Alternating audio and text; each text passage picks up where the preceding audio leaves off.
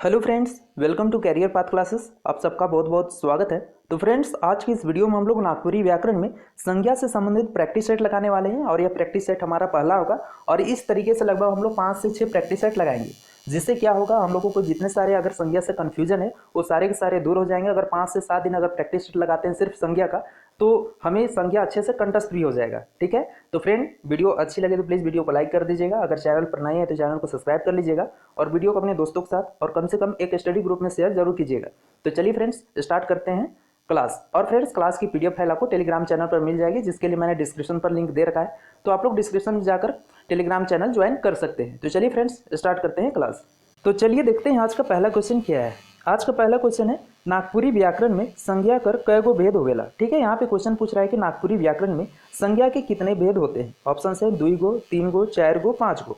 यहाँ पे ऑप्शन हमारा डी सही होगा, 5 गो। ठीक है, नागपुरी व्याकरण में संज्ञा का कय गो भेद होवेला, तो 5 गो भेद होवेला, यानी 5 भेद होता है। ठीक है, चलिए अब यहाँ पे हम लोग बात करते हैं संज्ञा की, कि संज्ञा के कहल जाएला। तो यहाँ पर ध्यान से देखिएगा, कोनो आदमी, चीज, वस्तु, ठाव, भाव चाहे गुण मनक नाम के संज्ञा कहल जाएला। ठीक है, नागपुरी में संज्ञा के कहल जाएला, तो कोनो आदमी, चीज, वस्तु, ठाव, भाव चाहे गुण मनक नाम के संज्ञा कहल जाएला। जैसे हम बात करें, रमरेखा, टांगीनाथ, बसंती, बुधनी, अलुआ, केरा, कटहर, लालटेन, जतरा, भकुआ, प्यार, दियामन, ये सब सारे के सारे क्या है, तो संज्ञा शब्द है। ठीक है, यहाँ पे बात करें तो रमरेखा जगह का नाम है, स्थान का नाम है, टांगीनाथ भी जगह का नाम है, स्थान का नाम है, बसंती किसी व्यक्ति का नाम है। ठीक है, तो इस प्रकार सभी के सभी क्या है, संज्ञा शब्द है। ठीक है, आगे हम यहाँ पे बात करें तो अर्थ कर आधार पर, केकर आधार पर, अर्थ कर आधार पर संज्ञा कर 5 गो भेद होवेला। कौन कौन? पहला व्यक्तिवाचक, जातिवाचक, भाववाचक, समूहवाचक और 5वां द्रव्यवाचक होता है। ठीक है, तो अर्थ कर आधार पर संज्ञा कर कय गो भेद होवेला नागपुरी में, तो 5 गो भेद होवेला, व्यक्तिवाचक, जातिवाचक, भाववाचक, समूहवाचक और द्रव्यवाचक। ठीक है, तो यहाँ पे क्वेश्चन पे हमारा पूछा था कि नागपुरी व्याकरण में संज्ञा कर कय गो भेद होवेला, तो कय गो भेद होवेला, 5 गो भेद होवेला। क्लियर है? चलिए नेक्स्ट क्वेश्चन देखते हैं। नेक्स्ट क्वेश्चन नंबर 2 है, पटिया कौन तरह कर संज्ञा में आवेला। ठीक है, यहाँ पे आपको बताना है कि पटिया यहाँ पे क्या होता है, जो जमीन में बिछाया जाता है, जो खिजूर का होगा, प्लास्टिक का होता है, बहुत सारी चीजों से बनता है पटिया। तो ठीक है, उस पटिया का बात कर रहे हैं। तो पटिया कौन तरह कर संज्ञा में आवेला, भाववाचक में, जातिवाचक में, समूहवाचक में, व्यक्तिवाचक में। यहाँ पे ऑप्शन हमारा क्या हो जाएगा, बी सही होगा, जातिवाचक में आएगा। ठीक है, जो पटिया शब्द है तो किस संज्ञा में आएगा, जातिवाचक में। ठीक है, तो चलिए सबसे पहले हम लोग समझते हैं कि जातिवाचक संज्ञा के कहल जाएगा, उसके बाद क्वेश्चन पे वापस आते हैं कि पटिया किस प्रकार जातिवाचक संज्ञा होगा। ठीक है, तो यहाँ पर देखिएगा, जातिवाचक संज्ञा, जे संज्ञा पद से एके जैसन जीव चाहे वस्तु मनक बोध होवेला ओके जातिवाचक संज्ञा कहना। ठीक है, जातिवाचक संज्ञा किसे कहते हैं, तो जे संज्ञा पद से एके जैसा जीव या वस्तु हो गया, व्यक्ति हो गया, इन सारे का बोध हो रहा है तो उसे हम जातिवाचक संज्ञा कहेंगे। जैसे एग्जाम्पल से अच्छे से समझ में आ जाएगा, जैसे नदी, यहाँ पर सिर्फ हम नदी बोल रहे हैं तो दुनिया में जितने सारे नदी हैं सारे के सारे का संबोधन हो जा रहा है। यहाँ पे हम पर्सनली किसी एक नदी का नाम नहीं बोल रहे हैं। जैसे गंगा बोलते तो यहाँ पे खास हो जाता है, किसी एक नदी का नाम हुआ, लेकिन सिर्फ नदी बोल रहे हैं तो दुनिया में जितने सारे, नील है, अमेजन है, गंगा, ब्रह्मपुत्र, कावेरी, जितने सारे नदी सारे के सारे संबोधन हो जा रहे हैं। ठीक है, तो इस प्रकार नदी क्या होगा, यहाँ पे जातिवाचक होगा। उसी प्रकार पहाड़, तो दुनिया में जितने सारे पहाड़ है सारे संबोधित हो जा रहे हैं। बगीचा, किसान, साइकिल, अब किसान है तो दुनिया में जितने सारे किसान हैं, जिस राज्य के हैं, जहाँ भी के, तो सारे संबोधित हो जा रहे हैं। तो ये सब सारे शब्द क्या होंगे, जातिवाचक संज्ञा होंगे। ठीक है, उसी प्रकार हम बात करें, क्वेश्चन पे था हमारा कि पटिया कौन तरह कर संज्ञा में आवेला, तो किस तरह का संज्ञा में आएगा, जातिवाचक में। ठीक है, क्यों? क्योंकि पटिया यहाँ पे खिजूर का भी हो सकता है, प्लास्टिक का भी हो सकता है, यानी बहुत चीज़ों से बनता है, तो पटिया यहाँ पे जातिवाचक संज्ञा हो जाएगा। ठीक है, चलिए नेक्स्ट क्वेश्चन देखते हैं। नेक्स्ट क्वेश्चन नंबर 3 है, कांसा के कौन किस्म कर संज्ञा में रखल जाएगा। ठीक है, यहाँ पे क्वेश्चन पूछ रहा है कि कांसा, ठीक है, कांसा यहाँ पे किसी धातु का नाम है, तो कांसा के कौन किस्म कर संज्ञा में रखल जाएगा ये पूछ रहा है। भाववाचक में, द्रव्यवाचक में, समूहवाचक में, जातिवाचक में। तो यहाँ पे ऑप्शन हमारा बी सही होगा, द्रव्यवाचक संज्ञा में रखल जाएगा। ठीक है, कांसा के किस किस्म कर संज्ञा में रखल जाएगा, द्रव्यवाचक संज्ञा में रखल जाएगा। ठीक है, तो चलिए सबसे पहले हम लोग यहाँ पर द्रव्यवाचक संज्ञा के कहल जाएगा वो समझते हैं। तो यहाँ पर ध्यान से देखिएगा, द्रव्यवाचक संज्ञा, जे संज्ञा मनक शब्द मन से कोनो धातु चाहे द्रव्य से जुड़ल पदार्थ मनक बोध होवेला ओके द्रव्यवाचक संज्ञा कहना। ठीक है, द्रव्यवाचक संज्ञा किसे कहेंगे, तो जिस संज्ञा शब्द सब से, ठीक है, किसी धातु चाहे द्रव्य से जुड़ा हुआ पदार्थ सबका बोध हो रहा है तो उसे हम द्रव्यवाचक संज्ञा कहेंगे। जैसे माटी, सोना, चांदी, कांसा, लोहा, पीतल, पानी, घी, तेल, दूध, मन। ठीक है, ये सब सारे के सारे क्या है, तो द्रव्यवाचक संज्ञा है। क्लियर है? चलिए क्वेश्चन पे वापस आते हैं। क्वेश्चन पे पूछा था कि कांसा के कौन किस्म कर संज्ञा में रखल जाएगा, तो कांसा यहाँ पे क्या हो जा रहा है, धातु हो जा रहा है। ठीक है, तो किस किस्म कर संज्ञा में रखेंगे, द्रव्यवाचक संज्ञा में रखेंगे। क्लियर है। चलिए नेक्स्ट क्वेश्चन देखते हैं। नेक्स्ट क्वेश्चन नंबर 4 है, रंगा कौन तरह कर संज्ञा कर उदाहरण है। ठीक है, यहाँ पे क्वेश्चन नंबर 4 बोल रहा है कि रंगा, रंगा क्या होता है, तो रंगा टीन होता है। ठीक है, अच्छे से दिमाग में यानी याद रख लीजिएगा कि रंगा किस धातु का नाम है, रंगा यहाँ पे धातु है, टीन है। ठीक है, तो कौन तरह कर संज्ञा में कर उदाहरण के वो बताना है, द्रव्यवाचक, जातिवाचक, भाववाचक, समुदायवाचक। तो यहाँ पे ऑप्शन हमारा ये सही होगा, द्रव्यवाचक हुआ। ठीक है, रंगा कौन तरह कर संज्ञा कर उदाहरण के, तो द्रव्यवाचक। क्यों, क्योंकि रंगा क्या है, धातु है, तो द्रव्यवाचक संज्ञा के कहल जाए, जस्ट हमने अभी बताया था।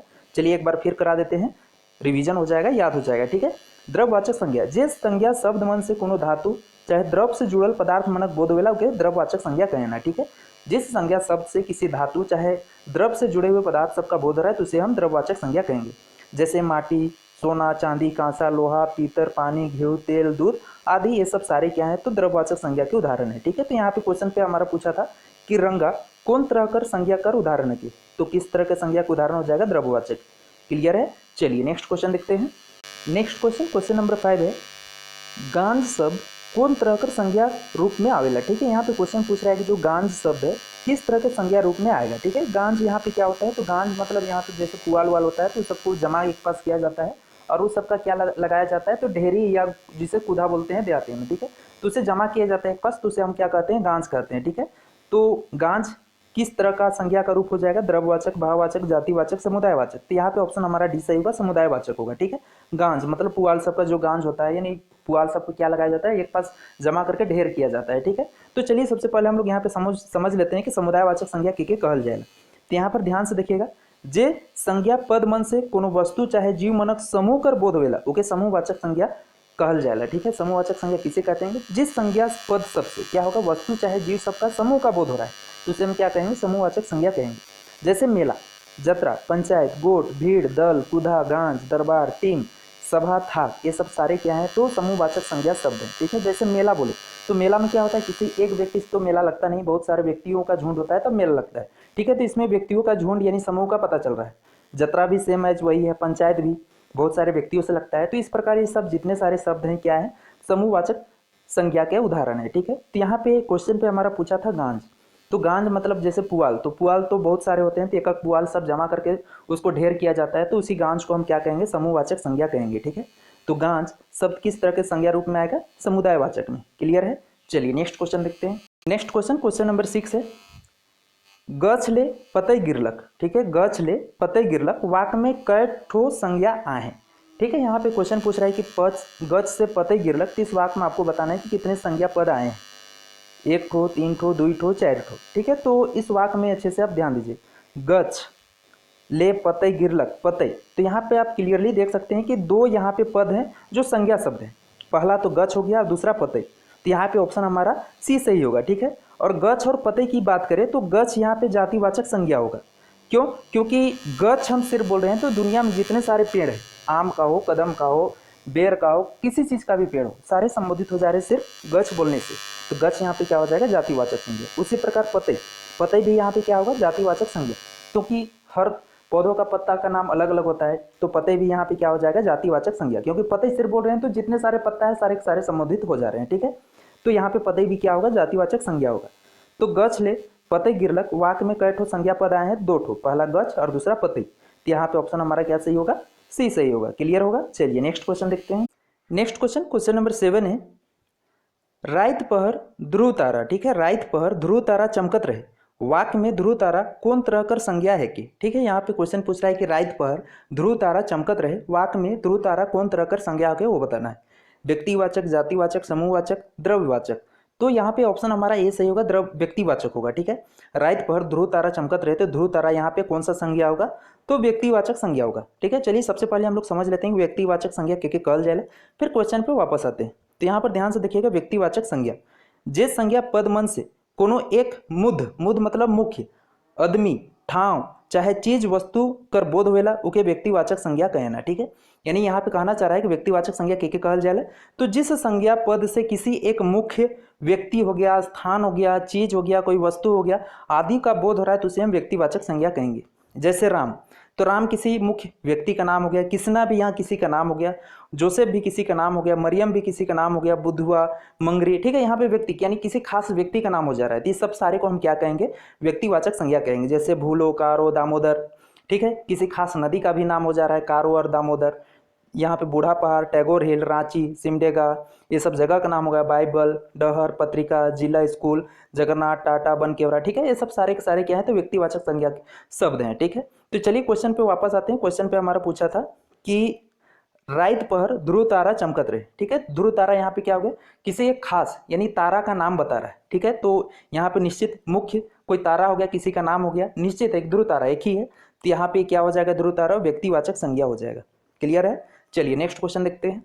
नेक्स्ट क्वेश्चन, क्वेश्चन नंबर 8 है, फटफटिया से मोय नी जामो, ठीक है। फटफटिया से मोय नी जामो वाक्य में कौन तरह कर संज्ञा कर व्यवहार हुई है, ठीक है। यहाँ पे एक वाक्य दिया हुआ है कि फटफटिया से मोय नी जाबू, वाक्य में आपको बताना है कि इस तरह संज्ञा का व्यवहार हुआ है। द्रव्यवाचक, जातिवाचक, द्रव्यवाचक 2 बार हो गया है, व्यक्तिवाचक। तो यहाँ पे ऑप्शन हमारा बी सही होगा, जातिवाचक होगा, ठीक है। फटफटिया से मोय नी जाबू वाक्य में कौन तरह कर संज्ञा कर व्यवहार हुए, तो जातिवाचक, ठीक है। अब इस वाक्य में देखिए कि कौन सा संज्ञा शब्द है, पहले फटफटिया या फिर से या मोय या नी या जामू। तो यहाँ पे आप क्लियर है कि फटफटिया यहाँ पे क्या है, तो संज्ञा शब्द है, और कौन सा संज्ञा शब्द है, तो जातिवाचक संज्ञा है। क्यों, क्योंकि फटफटिया यहाँ पे निश्चित किसी मोटरसाइकिल फटफटिया यानी किसी का नाम नहीं बता रहा है, सिर्फ फटफटिया बोल रहा है, तो जितने सारे बाइक सब आते हैं सारे के सारे संबोधित जा रहे हैं, ठीक है। तो इसी वजह से फटफटिया यहाँ पे क्या होगा, जातिवाचक संज्ञा होगा, ठीक है। तो यहाँ पर जातिवाचक संज्ञा के कहल जाएगा, जे संज्ञा पद मन से एके जैसन जीव चाहे वस्तु मनक बोध वेला के जातिवाचक संज्ञा कहना। जैसे नदी, पहाड़, बगीचा, किसना, साइकिल, मोबाइल, ठीक है। ये सब तो हो चुका है, जस्ट हमने अभी बताया है, तो याद हो चुका होगा। चलिए क्वेश्चन पे पूछा था कि फटफटिया, तो फटफटिया क्या हो जाएगा, जातिवाचक संज्ञा हो जाएगा। क्लियर है। चलिए नेक्स्ट क्वेश्चन देखते हैं। नेक्स्ट क्वेश्चन, क्वेश्चन नंबर 9 है, डहरू कुमनी रोप के गेंदला मछली मारलक, ठीक है। यहाँ पे क्वेश्चन पूछ रहा है कि डहरू कुमनी रोप के गेंदला मछली मारलक वाक्य में कैठो संज्ञा कर व्यवहार हुई है, ठीक है। आपको यहाँ पे एक वाक्य दिया गया है कि डहरू कुमनी रोप के गेंदला मछली मारलक, तो इस वाक्य में आपको बताना है कि कितने संज्ञा पद का व्यवहार हुआ है, 4 ठो, 5 ठो, 3 ठो, 2 ठो, ठीक है। तो सबसे पहले यहाँ पे वाक्य को ध्यान से देखिए कि कितने संज्ञा शब्द है यहाँ पे।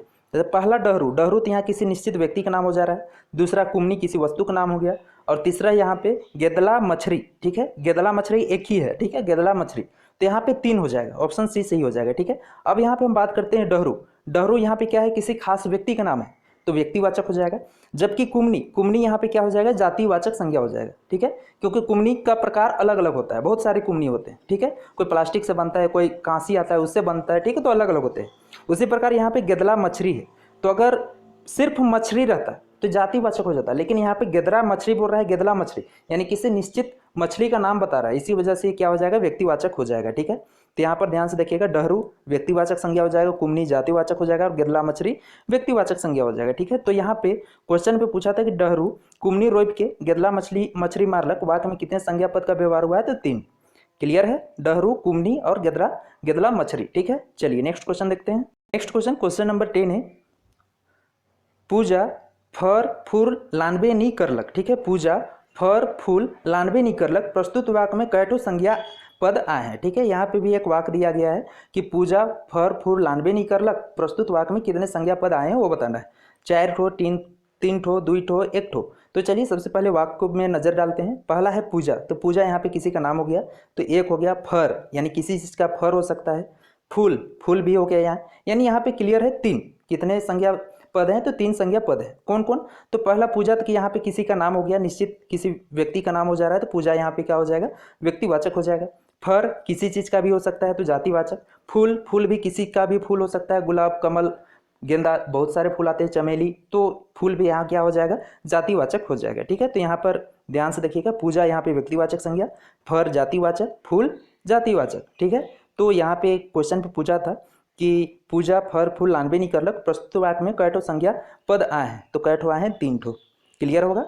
तो चलिए फ्रेंड्स, आज के लिए बस इतना ही करते हैं। तो फ्रेंड्स, उम्मीद करता हूं कि वीडियो आपको बहुत अच्छी लगी होगी। इस प्रकार से हम लोग 5 से 7 अगर वीडियो कर देते हैं संज्ञा से, तो उम्मीद करता हूं कि आपको संज्ञा अच्छे से कंठस्थ हो जाएगी, याद हो जाएगी, और इससे आपको कभी कन्फ्यूजन या प्रॉब्लम नहीं होगा संज्ञा से, ठीक है। तो मेरे साथ बने रहिएगा। तो चलिए फ्रेंड्स, आज के लिए बस इतना ही करते हैं। तो फ्रेंड्स, वीडियो कैसी रही मुझे कमेंट करके जरूर बताइए। अगर अच्छी लगी तो प्लीज़ वीडियो को लाइक कर दीजिए। अगर चैनल पर नए हैं तो चैनल को सब्सक्राइब कर लीजिए, और वीडियो को अपने दोस्तों के साथ और कम से कम एक स्टडी ग्रुप में शेयर जरूर कीजिए। तो चलिए मिलते हैं नेक्स्ट वीडियो में, तब तक के लिए जय हिंद जय भारत, थैंक यू।